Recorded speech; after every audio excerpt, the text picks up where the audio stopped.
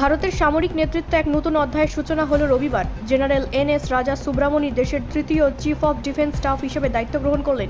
তিনি এই পদে উত্তরসূরি হলেন জেনারেল অনিল চৌহানের, যিনি দীর্ঘ সময় ধরে এই গুরুত্বপূর্ণ দায়িত্ব সামলাচ্ছেন। চিফ অফ ডিফেন্স স্টাফ পদটি দেশের তিনটি বাহিনী স্থল, নৌ, বায়ুসেনার মধ্যে সমন্বয় রক্ষার ক্ষেত্রে অত্যন্ত গুরুত্বপূর্ণ।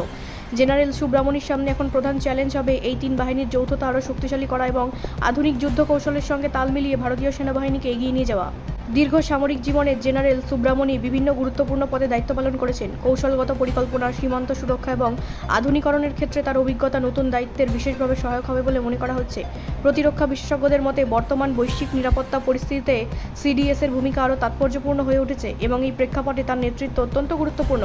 সরকারের পক্ষ থেকে জানানো হয়েছে, আত্মনির্ভর ভারতের লক্ষ্যে প্রতিরক্ষা উৎপাদন ও প্রযুক্তিগত উন্নয়নের জোর দেওয়া হবে। সেই লক্ষ্যে জেনারেল সুব্রামণির ভূমিকা হবে অত্যন্ত গুরুত্বপূর্ণ। এদিকে বিদায়ী সিডিএস জেনারেল অনিল চৌহান তার দায়িত্বকালে সশস্ত্র বাহিনীর যৌথ কমান্ড গঠন এবং প্রতিরক্ষা সংস্কারে উল্লেখযোগ্য অবদান রেখেছেন। তার সেই কাজকে এগিয়ে নিয়ে যাওয়াই নতুন সিডিএস-এর অন্যতম লক্ষ্য হবে বলে মনে করা হচ্ছে।